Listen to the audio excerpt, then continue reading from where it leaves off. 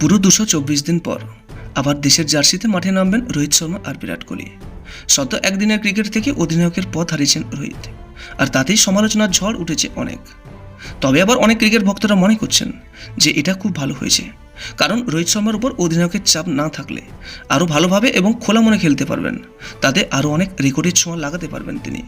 এবং অপরদিকে অনেকেই এর বিরোধিতাও করেছেন, কারণ এমন এক সিনিয়র ক্রিকেটারকে অধিনায়কের পদ থেকে সরানো উচিত হয়নি। এবং রোহিত শর্মার মধ্যে যে অভিজ্ঞতা কিংবা দলকে এগিয়ে নিয়ে যাওয়ার জন্য যে দক্ষতা ছিল, তা কোনো কিছুতেই কম ছিল না।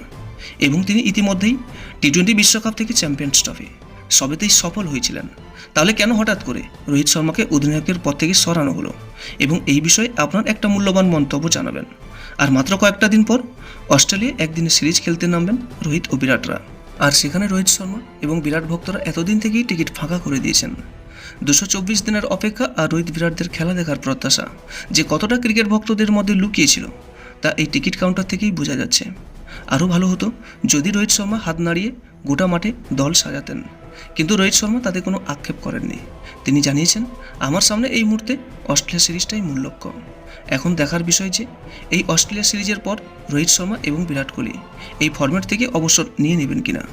কিন্তু সকল ক্রিকেট প্রেমীরা চাইবেন যাতে এই দুই মহান তারকা 2027 সালের বিশ্বকাপে মাঠে নামেন, কারণ রোহিত শর্মা কিংবা বিরাট কোহলি এদের ভক্তরা শুধু ভারতই নয়, গোটা বিশ্বে চলমান।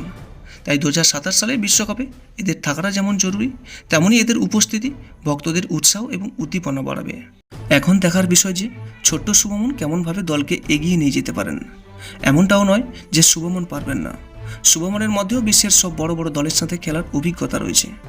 এখন অধিনায়ক হিসাবে তিনি দলকে কতটা সফলতা এনে দিতে পারবেন তার সময়ের অপেক্ষা। ভিডিওটি ভালো লাগলে একটা লাইক করবেন এবং আপনার কাছের মানুষদের কাছেও শেয়ার করবেন। এবং নিয়মিত এরকম আপডেট পেতে আমাদের এই চ্যানেলটিকে অবশ্যই সাবস্ক্রাইব করে রাখবেন। সর্বদা সুস্থ থাকবেন এবং ভালো থাকবেন। নমস্কার।